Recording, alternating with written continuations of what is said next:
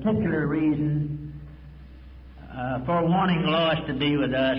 It is so important to me and to all of us, I believe, that we have an insight. I talk to so many new people who say, how did this begin? How could Lois put up with all these things? How did this hold together and gel and make it what it is today?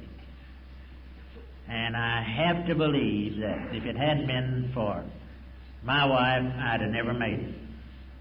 I know I would. And I have to believe if it hadn't been for Lois, Bill would have never made it. Because at that little coffee table was Dr. Bob and Bill and Lois pouring the coffee. If those things hadn't happened, we wouldn't be here today sober. That's my belief.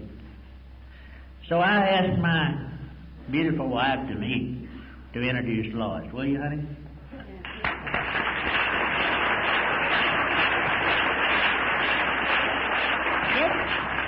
This is the dividend of Al-Anon. We hear about the dividends of AA.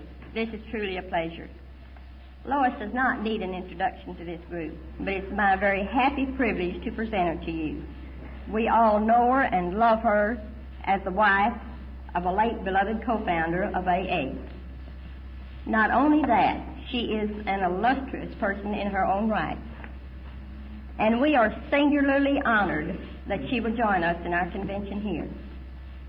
Lois has given so much of herself, of her time and her wisdom to the families of AAs. And for that we all are so deeply appreciative. And it's with great respect and admiration, and I consider it a great, great privilege to present her to you at this time, Lois W.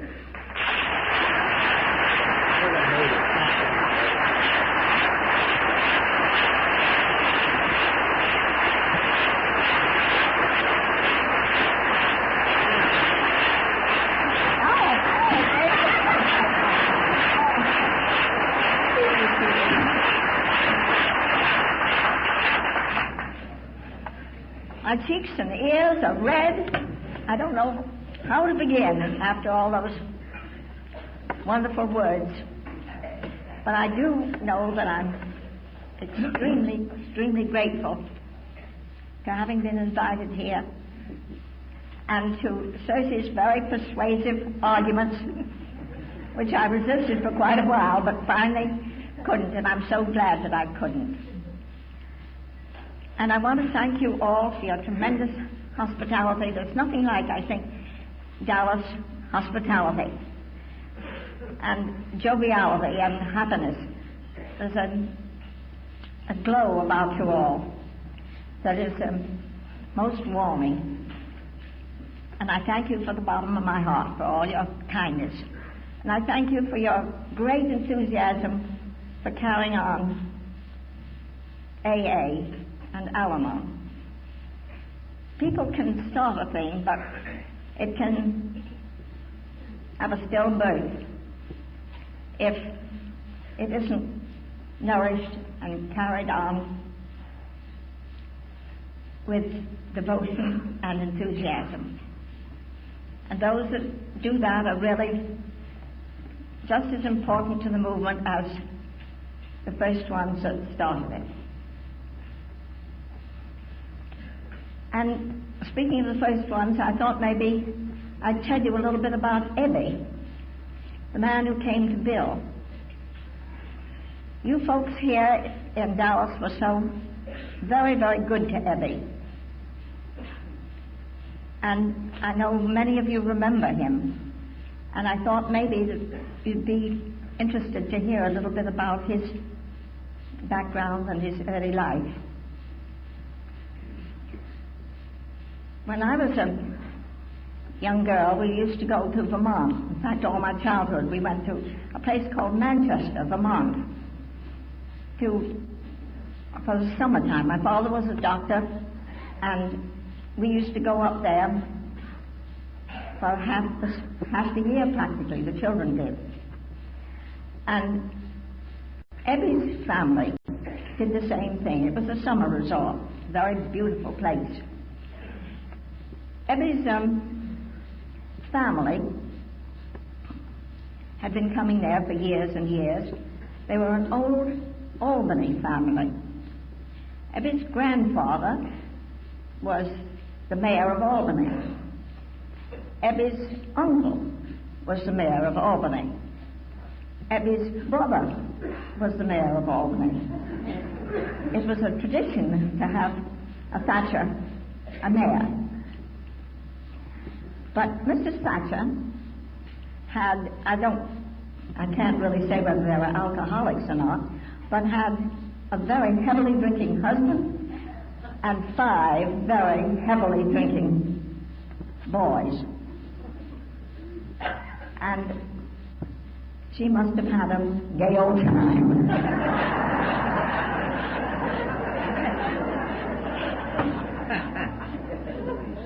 I have a picture of Ebby when he was about 3 feet tall, I guess. He was a friend of my brother's, my younger brother's. And they used to do all kinds of mischievous things together.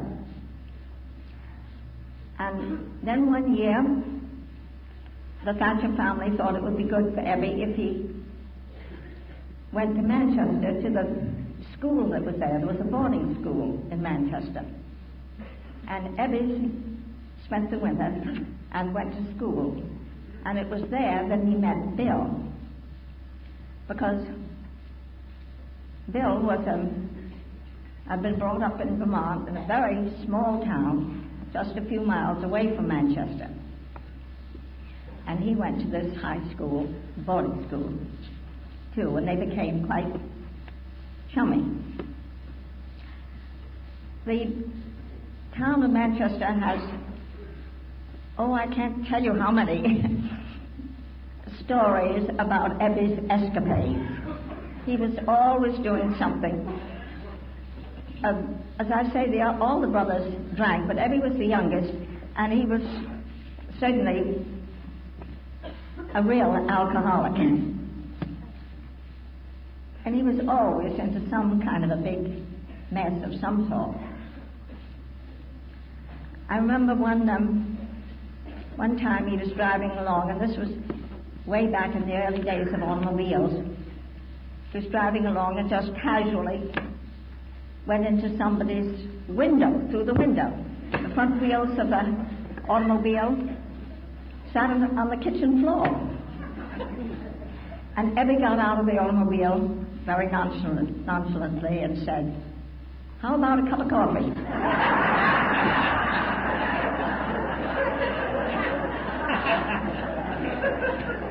When I was thinking what I'd say here today, it occurred to me, well, maybe that's why all AAs like coffee so much. It started way back then.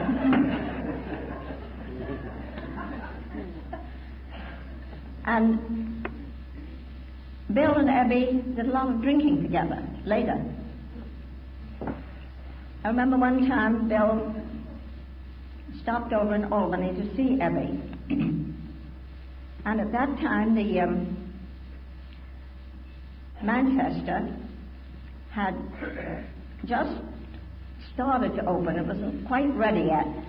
An airport. They thought it would be nice to have the wealthy people with planes of their own have a place to land. So a small airfield was being opened. And Ebby, of course, knew all about this. So when Bill stopped in Albany to see him, he said, "Let's go to Manchester and let's hire an airplane and we'll be the first people to land on that new airfield in Manchester." Maybe Riley will stop and go back and tell you a little bit more about Ebby's background, to say that his family were quite a well-to-do family. And they were in the stove building, making foundry, stove foundry, I think they call it. And Ebby had gone through that from top to bottom, as all the brothers had, for the experience so that they could manage it. But he hadn't any other business experience or any other business training. He'd just gone through high school, but he had read a lot. And he had been left, really, unfortunately, he had been left a lot of money. And that can do really, I think, a very great deal of harm. Anyway, Ebby hadn't ever had to work, so he didn't know how really to work, didn't know where to start or how to begin. So the chartering of a plane wasn't anything too much in those days for Ebby to do. So they chartered this plane and called up the people in Manchester and told them that they would arrive. Well, this was a very great excitement for the town. So they got out the band and they got out a welcoming committee. And Bill and Ebby, of course, had a bottle or maybe 2 or 3 with them on the plane. So when they arrived, they were completely out and just fell out of the plane. So that was their arrival. This was to music, to the band. And speaking of music, I've enjoyed the organ that I've been hearing being played here all the time during this, both last night and today during this luncheon. Well, Bill and Ebby had a lot of other experiences together. Ebby used to come to New York and see us, but he never arrived unless he was drunk. But then, one day, Ebby called up Bill, and Bill was sitting in the kitchen with a pitcher. Somehow or other, he thought if he put pineapple juice with gin, that I wouldn't object to it so much. And he put it in the pitcher. Anyway, Ebby called up Bill and said he wanted to come over and see him. So when Ebby arrived, Bill was flabbergasted to see him, because Ebby's eye was clear. He wasn't drinking. He hadn't been drinking, apparently. And his thinking was straightforward. And so Bill asked him about how come, Ebby, you're not drinking? And Ebby said no, he'd come specially over to see Bill to tell him about this new experience that he'd had, and that he'd got religion. Well, Bill didn't have religion, at least so-called religion at that time, and he rebelled at the thought of it. Ebby, religion. Well, then Ebby told him about the Oxford group, that members of which had saved him from going to jail. He had done something or other, I don't know what, and he was about to be committed when a couple of friends of his who belonged to the Oxford group had pleaded with the judge and asked him to please let them have Ebby, that they thought they could help him. And so Ebby had come to New York with these friends, and he was living then in what was called Calvary Mission. The Calvary Church in New York on 21st Street was the head of the Oxford group movement in America. And this mission was run by the church and by the Oxford group. And after Bill and Ebby's talk together, Bill, of course, was tremendously impressed. And I came home and I saw Ebby. We talked together for quite a while, the three of us. And as I say, it made a tremendous impression upon Bill. But he kept on drinking. And after a day or so, he thought, well, I've got to find out more about this. And so he started off for the Calvary mission. But of course he had to be reinforced before he could go. And along 23rd Street, the mission was down on the east end of 23rd Street in New York. There were many, many bars. And he stopped in most of them on the way down to the mission. And in one, he was standing next to somebody, and he asked him about it, and he said, he asked him, this man, what he did for a living, and he said, I'm a fisherman. And somehow or other, the word fisherman struck a chord in Bill's mind. And he said, that's it, I'm on the way to the mission, fishers of men. Come with me, we'll go down to this Calvary mission. So Alec was also a tent maker, I believe, hitched on to Bill, and they went down to the mission. And of course, Eddie, when he saw them coming, was quite flabbergasted and didn't know just what he'd do with them. And they were having a meeting. I guess they had a meeting every night at the mission, where people got up and went to the altar and gave themselves to Christ. And the leader of the meeting asked if there was anybody that wanted to come up. And Bill started up. Well, Ebby and somebody else that was on the other side, both grabbed Bill's coattails because, or maybe shirt tails, maybe it was shirt tail hanging, because his shirt tail almost always was hanging out. Anyway, they grabbed onto him, but they couldn't keep him. And he went up in the front. And really, in very great sincerity, did hand over his life to Christ. And then went home, but he brought Alec home with him. And Alec lived with us for many months.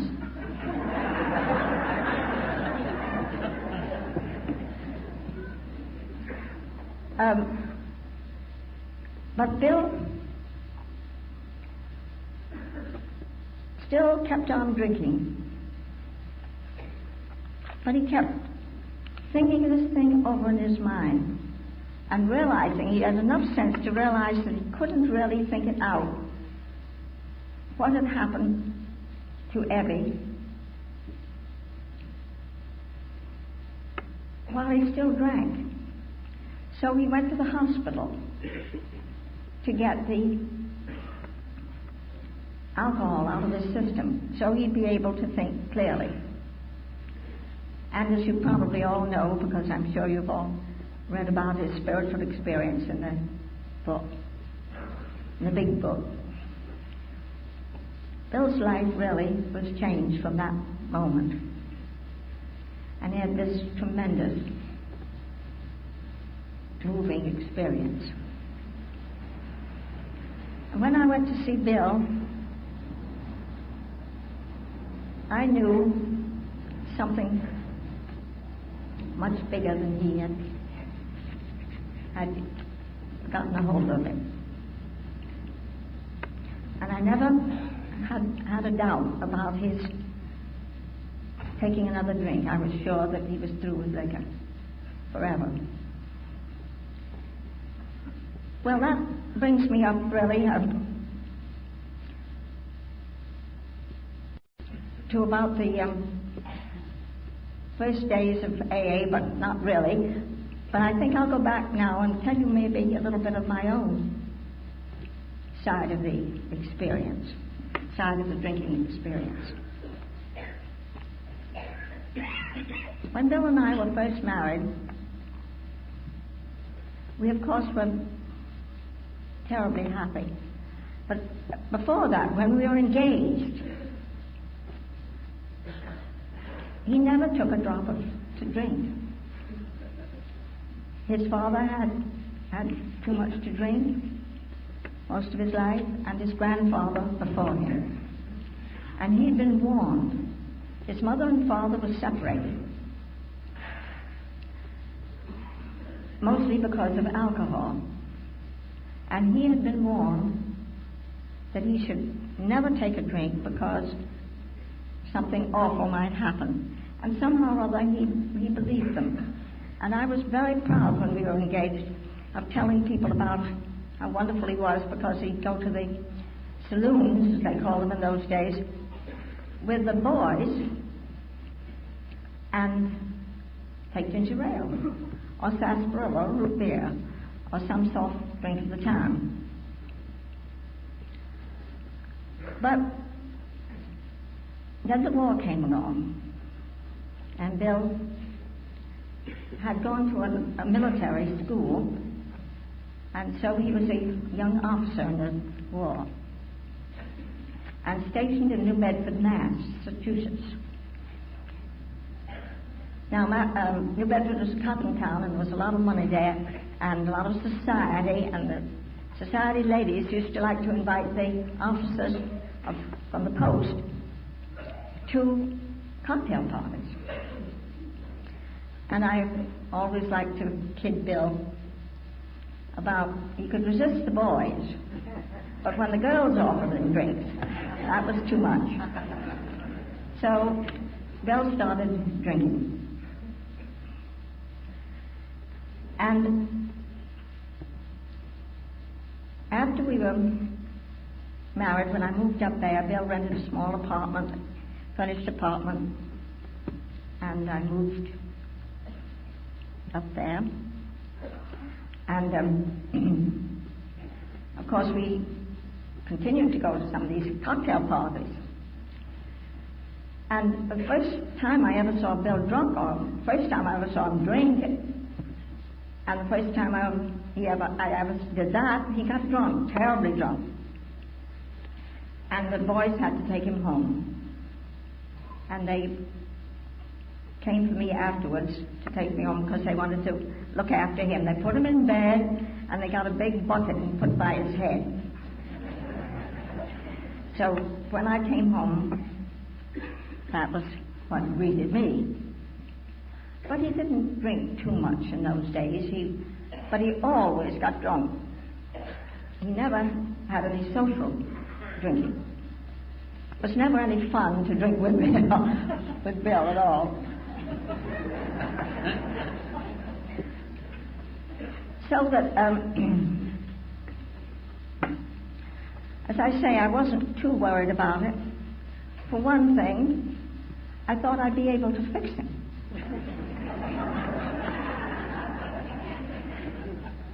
It never occurred to me but that living with me would give him enough real purpose in life so that he wouldn't need any artificial stimulant.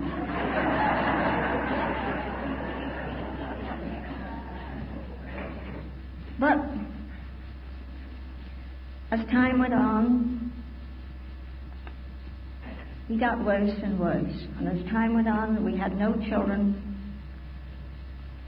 things began to look very, very desperate. And I realized my whole purpose in life, as there were no children to bring up, would be to help Bill try to get over this terrific, what I thought was a habit. And he thought, of course, that he could stop any time he wanted to. And he wanted to only halfway for quite a long time. But finally, after he'd lost job after job, he knew that he wanted really to stop. And I think there's nothing sadder in this world than to see a person with such wonderful potential so beaten down. Bill got so he wanted more than anything in this world to stop. He was so sincere, so anxious about it, he'd write in the Bible, "My dear wife, I promise never to take another drink." He did this, I can't tell you how many times. He'd write me letters, how he never wanted to take another drink. But he was drunk in a few hours, perhaps, after that. And he was just terrifically confused and, oh, so despairing. And we decided that we'd try to fight this thing together. But I didn't know anything about it. I didn't know how. I just knew I loved him and that I believed that he could get well. I didn't call it an illness, but it seemed as if it must be something of the sort.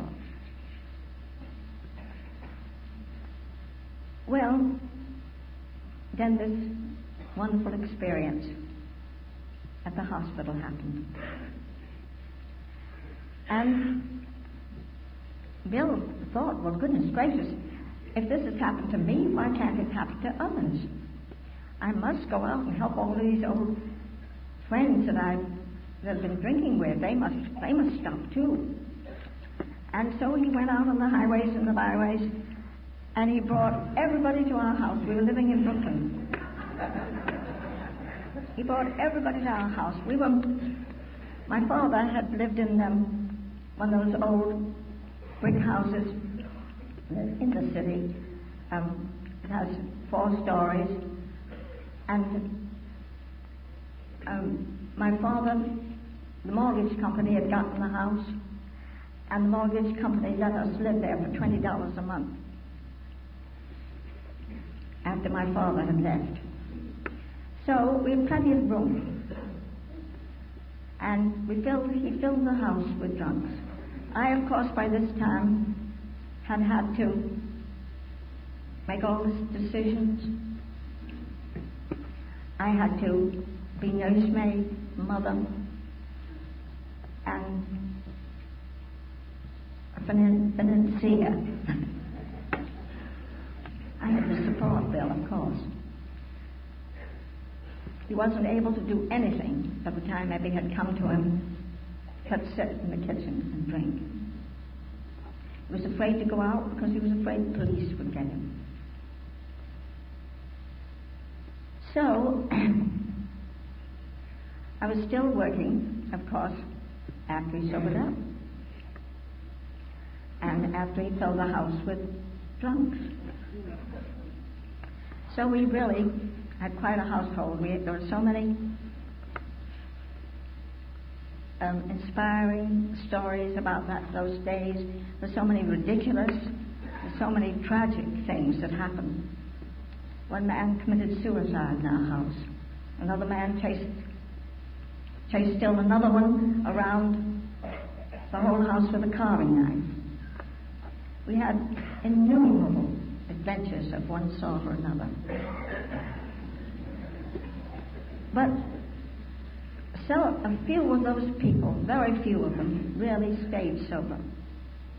We were trying to do it the wrong way, really. We were trying to give them these things, give them the room and board, not always board, but often board. And Bill was preaching to them, really, as he said himself, a little too much. This wonderful spiritual experience that he had set him apart, he felt. And so he was talking a little bit down to these people. And there are one or two of them around now who are still alive that live there in Kidden Street. But most of them stayed sober for a little while. Alec lived there a long time and then left and came back drunk and wanted money, and I wouldn't give it to him. And I've always felt very badly about that somehow or other. And we never saw him after that. And Ebby lived with us for a long time. One of the saddest days was after about 2 years of Ebby's being in the Oxford group, Ebby got drunk. And that, of course, was a terrific calamity to us. And so many really wonderful things happened too. But then Bill began to feel that it was time that he got back into the business world and brought in some cash to the household. So he got a job as an investigator. I'm a little vague about this even now. He went to Akron, where there was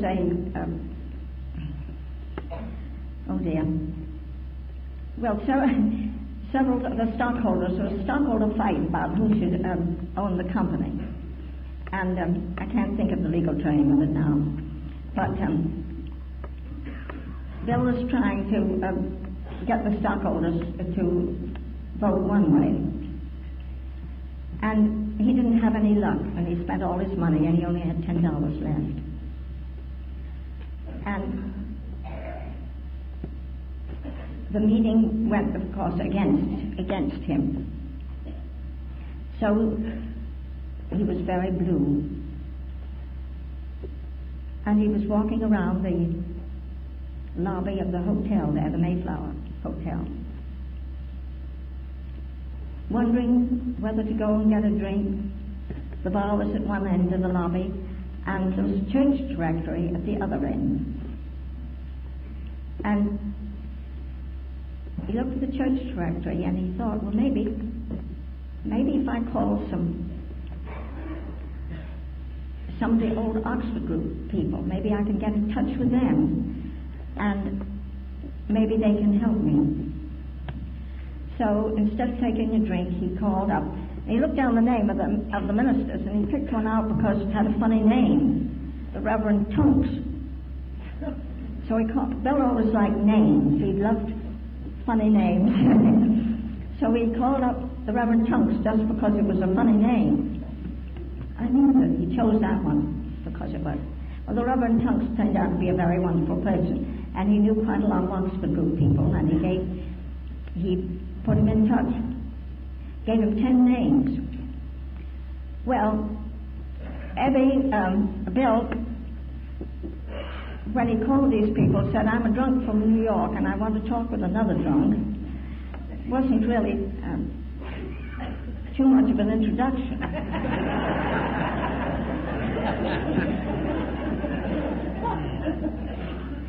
So most people were very busy this afternoon, or the weather wasn't suitable, or something or other. Somebody was sick. So he didn't get any of these 10 names until finally he came to the name of Seiberling, Henrietta Seiberling. But he knew that Seiberling was a big name in Akron. It was a tire company. And he couldn't imagine what Mrs. Seiberling how she'd be interested in a drunk from New York wanting to talk to another drunk. But he called up Henrietta, and strangely enough, Henrietta was interested, and she understood exactly what he meant when he said that he wanted to talk to another drunk. And she said, I think I have just the person for you.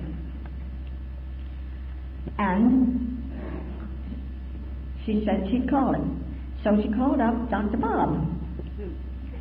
And Bob, this was Mother's Day, and of course Bob wasn't in any fit condition to go to Henrietta's.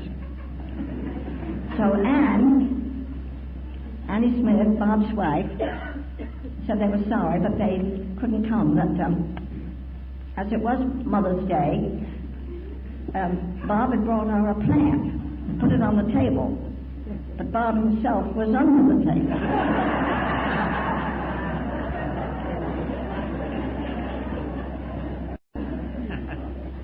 So they try and come tomorrow. So they did. And Bill and Bob had a long talk there. Bob very impatiently in the beginning, because he wanted to get back and things, but finally became most absorbed. So that's really where the two AA founders met. And AA, of course, had its ups and downs and took quite a long time, the early days, to get started. There wasn't any literature.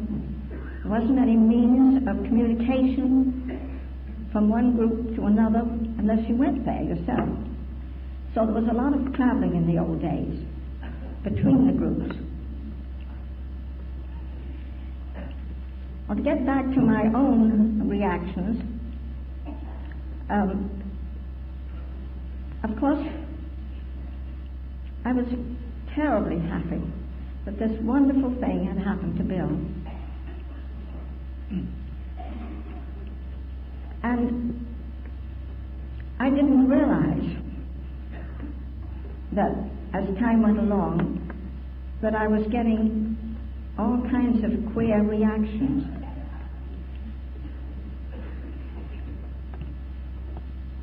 It took me quite a long time to rebound from that cloud nine in the beginning.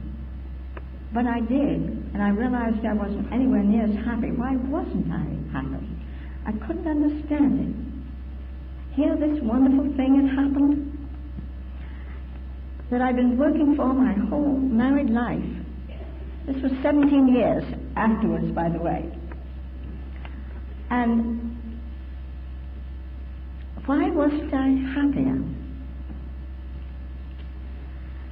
So one day, Bill said to me, let's get ready and go to the meeting. These were the Oxford group meetings that we used to go to. And I had a shoe in my hand, and I took it and threw it at him just as hard as I could. And I said, damn your old meetings.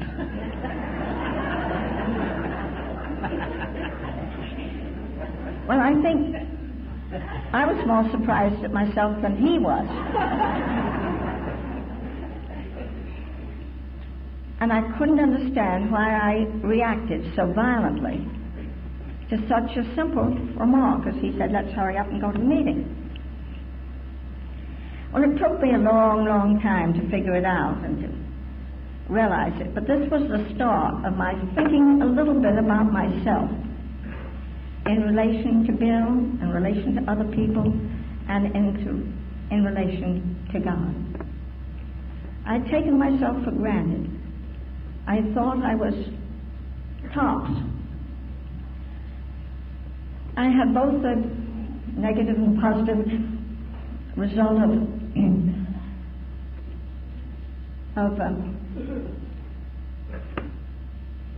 trying to help him. I mean,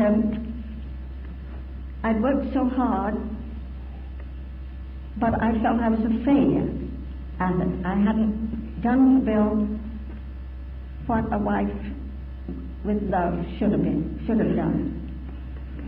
In my family, when I was brought up as a child, we were a most loving family, and we felt that love was the ruler of the world. Love could do anything. My father and mother were a wonderful example and lived the life they preached, so that I believe thoroughly that the love between two people could do miracles. So that was why, one reason why this was such a devastating experience for me, that I hadn't been able to do it. And yet I knew at the same time that I had tried my best. And everybody told me how wonderful I was, how, of course my family didn't know very much about it because they only knew he was drunk on occasion. They didn't know how much because I didn't want to tell them. And I kept him away from them as much as possible. But I was very, very confused and didn't understand what it was all about, really.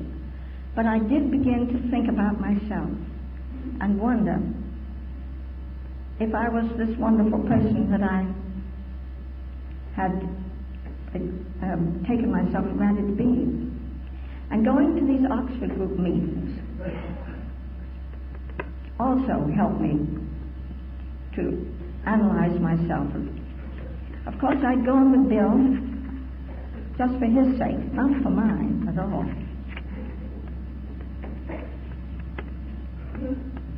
So, after Bill had been in Akron, I went out there, and Bob had also tried the Oxford group. Bob and Annie were in the Oxford group, but it hadn't really of itself done anything for Bob. So Annie understood these things, and Annie and I used to talk. Annie was really a very wonderful person. She was a very wise, understanding woman. She was not a very active person. She wasn't very well. But AAs and Al-Anons later used to come to her for advice. Many AAs would come and talk to her because Annie seemed to be able to put her finger on what was the matter.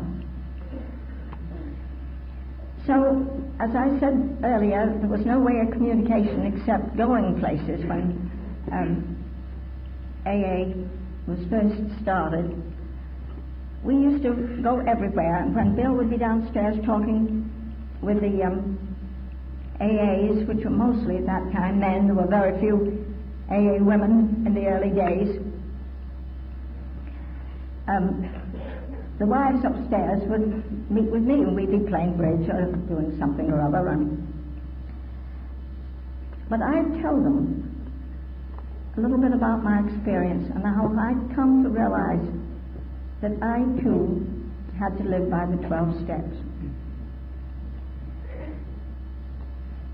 That when I did realize that, everything became so much easier and happier at home. You see, my nose was broken because Bill and I had been so very companionable. We had lost all our friends. We had nobody but each other.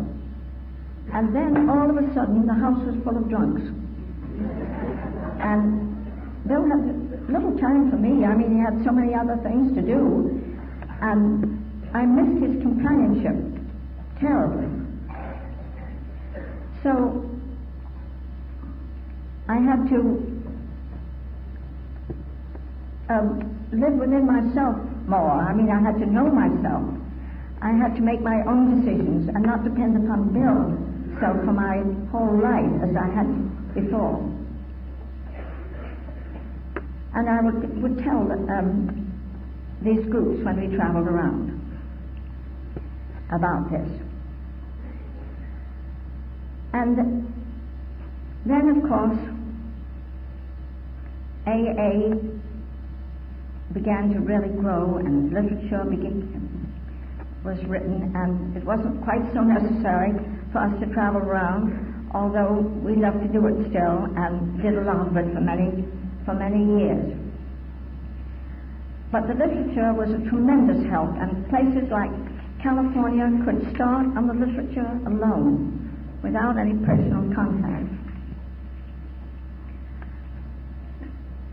And then Cersei was telling you about the traditions, about how Bill was so anxious to have them passed. And then Bill got another idea. He thought that AA should have a conference of delegates, that the management of AA's affairs should be in AA's hands.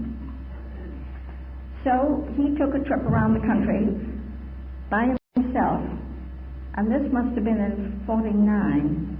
By himself, I mean I didn't go with him, to sense the feeling of the country, the groups in the country, about having a conference of delegates.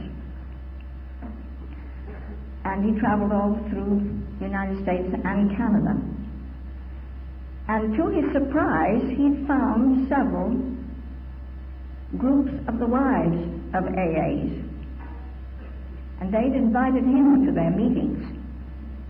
And this was quite a surprise. He hadn't realized there were so many. And these had developed spontaneously. They had developed the way I had developed to realize that I needed the 12 steps. And they had developed perhaps some because Annie and I had told them about it, about our experience. And some of them were just what we later called coffee and cake groups, that were just their organization, if you want to call it that, they just helped AA hang on presents in the club and make the coffee and things of that sort. They didn't have any spiritual program of their own. So when he came back from this trip, he took me aside and told me that he thought that the families of alcoholics needed a fellowship similar to AA, that could, a central office where people could write in and find out about it, where desperate wives could write, where groups could find out about other groups, a central office that would bring these groups into some sort of unity. So he asked me if I would start such a thing. So, to be perfectly honest with you, I didn't want to. I had been with Bill through so much in the early days of AA, and we just recently moved to the country to a house of our own, which we hadn't ever had before, and I wanted to work in my garden and make slip covers for the sofa. I didn't want to take the time. I mean, I felt I'd done the job, I think. But I was really only starting. But when he convinced me of it, and I started, I became wholly absorbed and did the very best I could. Anne Bingham, another Anne, started the Al-Anon office with me, Al-Anon Central Office. We called it the clearinghouse then. We wrote to AA, and to our surprise, quite a number of wives had written to the AA office wanting to be registered. Well, the AA office, of course, is a place that registers only alcoholics. They didn't have any facilities for registering families. So, when we said that we would like to have those names and we would register them, that was just fine with them. So they gave us 87 names of people that had written into the AA office about help for the families. So we wrote to these 87 names, and 50 of them said yes, they'd like to join a fellowship of the families of alcoholics. So that really was the beginning of Al-Anon. But it was really Bill's idea to begin with. And I think if more AAs can realize that it was, they'd be more enthusiastic in the beginning about Al-Anon. Because Al-Anon, so many really does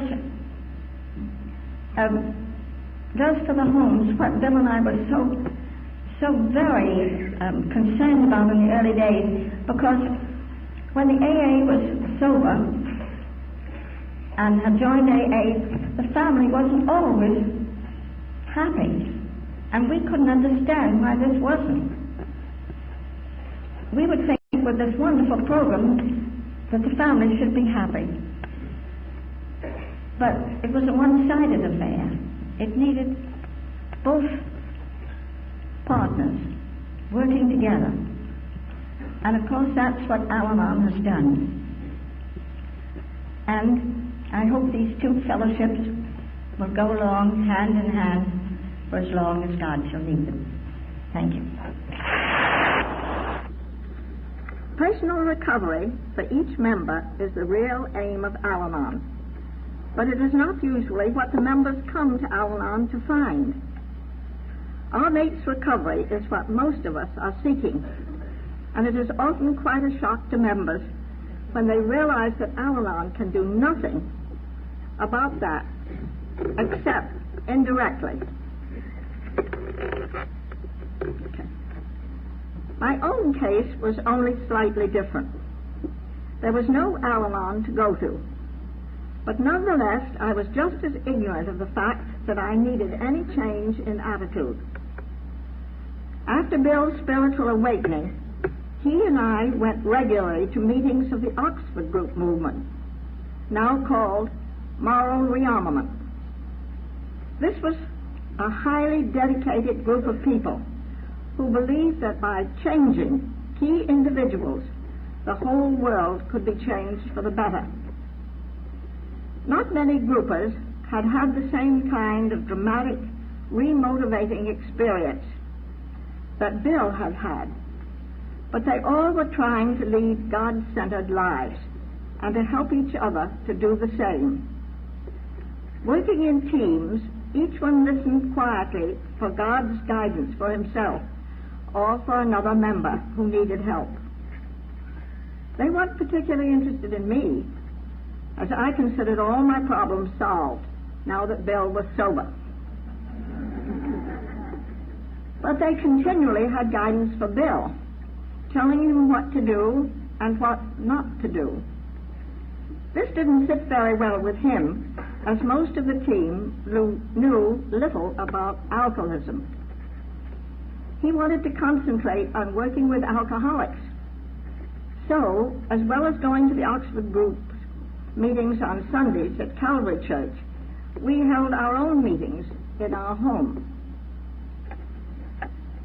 Alcoholics were already living with us, since from the moment Bill recognized his release from alcohol, he had sought out every available alcoholic and had invited many of them seeking sobriety to stay at our home.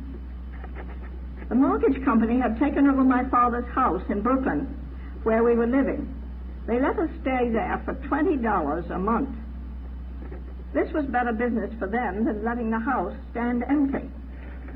For 4 years, our home was overflowing with alcoholics. Bill and I had an apartment on the second floor. Each of the other 3 floors was occupied by 1, 2, or 3 boarders, boarders, in various stages of recovery from alcoholism, mostly temporary recovery at best. I continued working in the furniture and decorating sections of Lois' department store for about 2 years after Bill's sobriety, and was a bit overpowered by all the frantic activity at home. One day Bill said, "Let's hurry and go to the Oxford Group meeting." Instead of putting on the shoe in my hand, I threw it at him as hard as I could and said, "Damn your old meetings." I believe I was more shocked and surprised at myself than Bill was. I couldn't understand why I had reacted so violently to his simple remark. This started me thinking about my own attitudes and actions. Previously, I had just taken them for granted because I knew that my intentions were good. It never occurred to me that that was not enough. Besides, relatives and friends had continually told me I deserved great credit for putting up with so much, both during the drinking and afterwards. Sometimes I believed them, and sometimes the knowledge that I had failed in my life's undertaking of sobering up Bill made me very remorseful. Bill had started drinking just before we were married. And unfortunately, as we then felt, we had no children. My whole life effort for 17 years was to help Bill overcome his destructive habit.